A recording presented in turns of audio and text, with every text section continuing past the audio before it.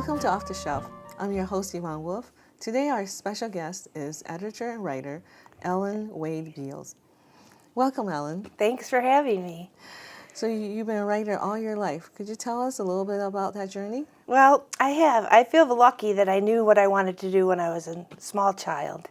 Even before I could write, I would copy letters out of magazines and stuff. I always knew I wanted to be a writer.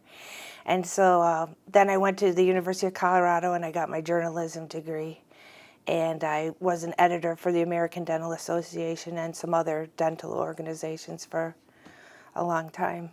So. And I understand you've written for Glenview as well. Yeah, when I was raising my kids here in Glenview, I did freelance projects, and one of the freelance projects was I wrote the newsletter for District 34. It was way back. Dot Weber was the superintendent, and they didn't have a permanent staff member yet as a communications officer.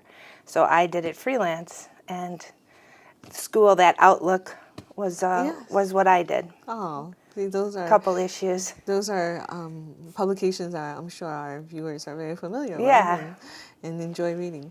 So tell us a little bit about your book, Solace. Now, this collection of work took a while for you to put together. Right. Solace in So Many Words it's an anthology, and it's short stories, essays, and poetry. And it's all related to solace. What brings you solace? How do you get by? What keeps you keeping on? And yeah, it took me a long time. There's 52 writers. I think it's 15 states here that are represented. And I got the idea in 2006. I was in a publication called Kiss Me Goodnight. And it was an anthology of writing by women who were girls when their mothers died. It was edited by two women up in Minnesota, Ann O'Fallon and Margaret Valancourt. And when they had their launch, I went up to Minnesota, to Minneapolis, and I met them. And they were lovely women, and they had a whole weekend planned for us. They had luncheons planned, and we had a launch reading, and then we had a reading later in the weekend in St. Paul. And it was wonderful because you got to meet the other contributors, and we all had a sisterhood because we all had this shared experience. And it was just a wonderful thing. And then also later, a couple of years later, they had another reading where we went up to Minneapolis, and it was for grief counseling. And we would read, and it was amazing the people people would come up to you and make comments and say, this saved my life, or this changed me, or they would open up and they would tell their own story about how they lost their mother. And we'd go to readings, and it didn't matter. Like one reading, the lady was 96 years old and she lost her mother when she was 3. But when we were reading from the book, I mean, it all came back, and she was crying in the audience. It was just amazing. So it was very inspiring to me. I thought, I want to do something like that really matters and isn't like fluffy, but really matters, and that the readings would be great, and that it would make people feel better. And so, and like I said, Anne and Margaret, they were just regular women like me. They had no, they weren't extra special at at writing or anything. They were just ordinary women. So I thought I could do this. I thought that it's interesting when when writing can be such a lonely experience. Yeah. Right? And then you can actually make friends with people on this journey, on this maybe one weekend. Right. And then you become very close to other Right. writers. We really felt a connection. So then I was inspired. I thought, I want to do something like that. But whereas Kiss Me Goodnight it was written by women, it was kind of for women, it was mostly women that came to the readings. A couple of times there were men there who brought their daughters, but mostly it was women. So I thought, I want to do something like that. But I didn't know what I wanted to do. I wanted it to be broader. I wanted it to be for men and women, for young and old. And I wanted to have poetry in there because some people are a little afraid of poetry, so I thought if I got them in with fiction and essay, they would see poetry is approachable, and you can enjoy it. Yes.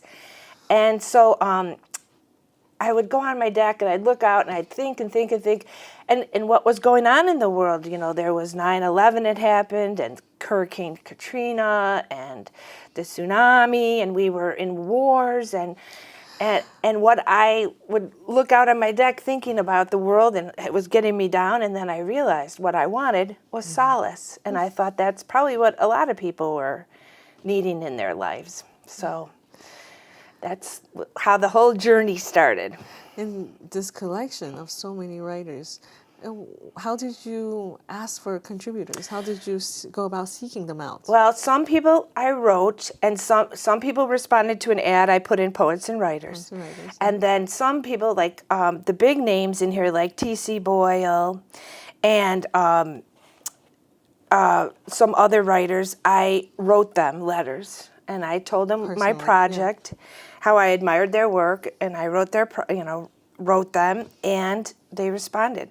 Philip Levine, who went on to become the poet laureate, he's passed away now, but he responded right away to me. Like, just, it was just very gratifying. He's like, this is what the people need more of. And then he worked very closely with me to pick out poems that I could use of his that I wouldn't have to pay a lot to a publisher for. So we went and got some of his older work that he had the rights to. Oh, I see. That's how it works. But he was great. He was really funny and great to work with. And 50-some writers, right? 50-some contributors, but that's still hard to to slim down to that number. Right. How did you make those decisions? It must have been hard. That was very hard. And also in writing people, I wrote people. We're very lucky in the North Shore community that we have a big writing community here. So I wrote all my writer friends to see if they have anything. It was very hard. I went over and over reading selections, and first there were some that I knew you can read right away. This isn't going to fit in. So then they went in one pile. But then there were piles where I'd say, oh, this needs a second reading. This needs a third reading. This needs a fourth reading, before I could come to the point where I'd say, this really isn't working for my book. And it's not because the writing's bad. It might be because the subject was already covered, or it might be because, somebody else said it in a different way, or it might be that I needed to make the book not just all sadness and grief. Resiliency. I needed to have a little humor. I didn't want to just keep hitting the same note again, so I had to get humor and you also say you want to balance out the poetry and essays, and so that's limits your how many you can have. Right, but it was very hard. I always thought it was bad to receive a rejection letter, but now I know it's worse to write one, because it's really, really difficult. It's a big decision. Well, I think that our audience will like to understand that it's hard to receive them, but. And to see it from your point of view too, that writing them is hard as well. So, and you've been a Glenview resident for 20-some years. Right. We raised our family here. We have two boys. They went through this school system here, and we like Glenview a lot. We had moved from Wilmette, and we liked Wilmette, but I think Glenview is a more heterogeneous community. I think there's more different people here. Not everyone's the same, and I like that. And how long did it take you for this project? I mean, from beginning to the end? Probably about 5 years, because then after I got it all together, I spent at least a year and a half going to book fairs and organizing readings, and I'm still trying to do promotion today. I just finished a Goodreads giveaway, and always trying to get new readers, because even though the book's been out for a while, it's still very current. Everybody still needs solace. My gosh, it doesn't, there's never going to be a time when we don't need it, just not even for the world situation, just for the personal things we go through, getting older, losing people in our lives, coming up with challenges that we have to face. So, you know, there's a big picture of needing solace, and then there's the personal level where everyone needs it. Yeah, I think that's definitely so. I think as we grow older, our emotions just get actually more complicated, you know, from our reaction to things we hear about, right? In the news and personal. Things like Sandy Hook, Sandy Hook, Newtown, and things like that. Terrible. Yes, just resounds every time we hear about another mass shooting, or we hear about our friends who go through divorces, and just things like that makes us all have a need for reading and just maybe even quiet time to go through that. And this book, I purposely made it where you don't have to read it cover to cover. You can pick it up and read just one section, and it's all organized by alphabetical order, so it's easy to look up somebody and then say, oh, I like that poem by such and such, and go back to it. So I have a lot of people that just keep it by who have said to me or written that they keep it by their bedside and, you know, pick it up every once in a while and read, oh, I'm going to read a poem, or I'll read a short story. Yes, with our modern lives, with everything so little time we have for reflection, and short things actually help us to think about, sort out our lives, right? Yeah, and there's all different subject matter in here. I mean, there's the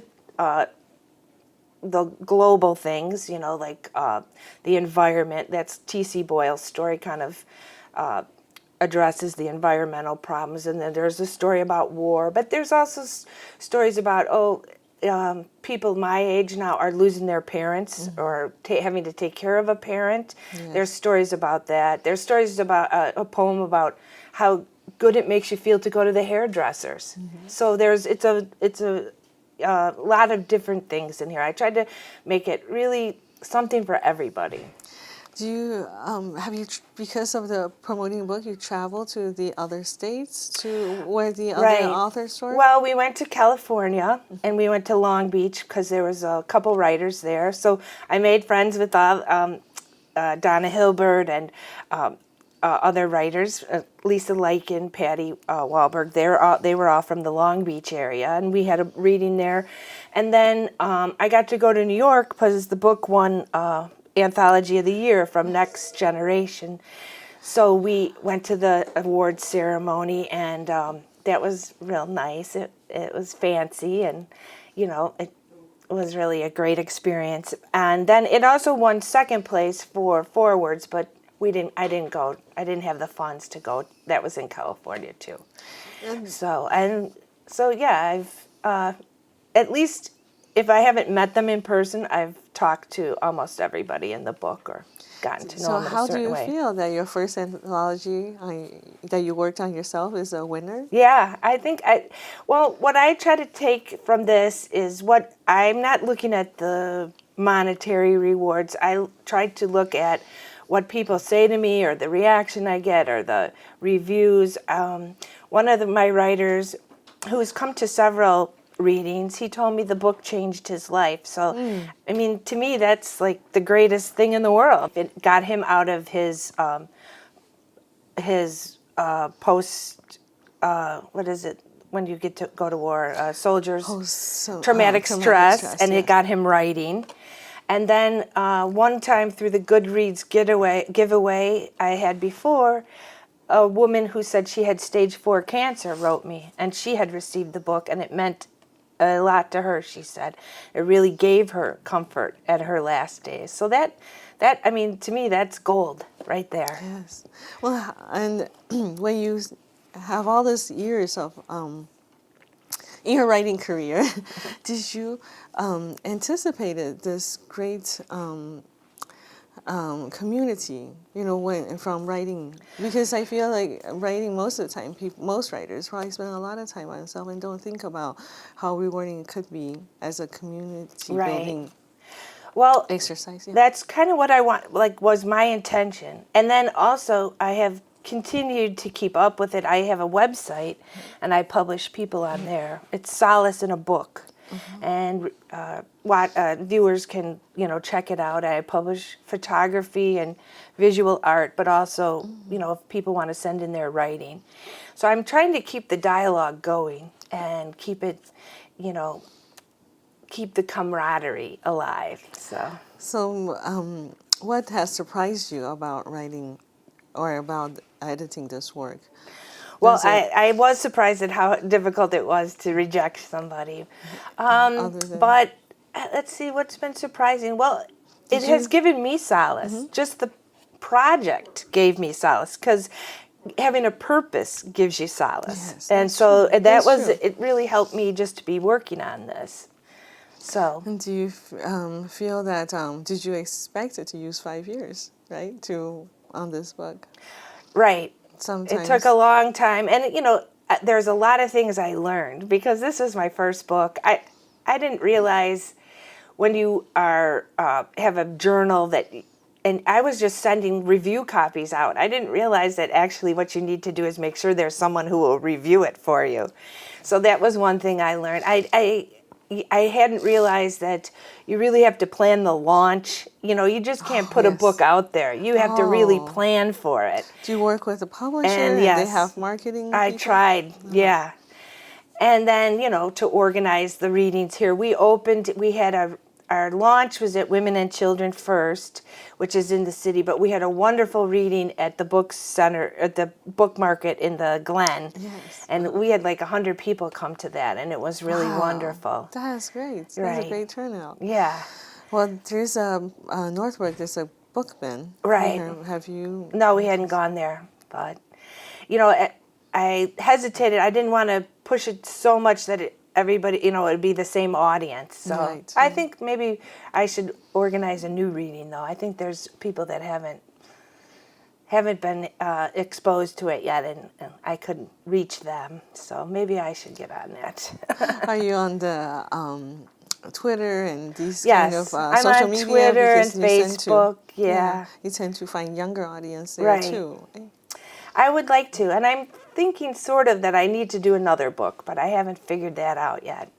But I would like to reach. I think millennials have a certain problems that our generations didn't have. Yes. So I would like to reach millennials and do something with that. I think so. There's definitely we need to have more intergeneration communication, Right. because people are just becoming more separate. They Right. don't live with grandparents. Let's say they don't live in the same state. Sometimes Right. your family, right, your closest Right. people to you are not in the same city, and that changes our level of stress and how we handle it. Right, and I think that just like we can learn from older people, there's wisdom with age, there's also a certain amount of something that comes with young people that can teach us too, like I said, I don't think we had to go through the same kind of issues that they're facing. So I feel like millennials have a lot to deal with. So, but yeah, it's been a great experience. Can you share with us one particular story that you are like? Okay, I have 2 small poems, and what I meant by having some humor, I thought this was kind of a humorous poem. It's called Nature's Balancing Act, and it's by S. Menanel, and this author lives in the Washington State area. It's very short, so you have to pay attention.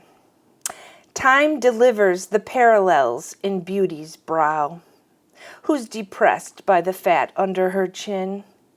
But ugly's aging's easier somehow. She never looked that good to begin. I thought that was very cute. And this to me, I have a poem, it's by Anne McNeil, and it's called Faith. And this kind of wraps up or summarizes kind of what I believe in, and it's a philosophy I believe in. It's called Faith. You don't remember it, my children, the endless trek across the dry places, the lone tree with a pump beneath, a few handfuls of grass greening, one clear mason jar full of water. Stop. You must not drink a drop. This is what you don't know. You must pour it all down the shaft, your parched mouth watching it disappear into the workings below, leather cuffs and steel pistons. Then you pump. The steel shrieks and groans, nothing comes. Despair closes your throat. Keep pumping. More resistance now. Your arm protests, then great gushes speed over your hands, cool your feet, open your throat. In the end, you must fill the jar. Leave it for the next traveler. That is very true. The solace is, right?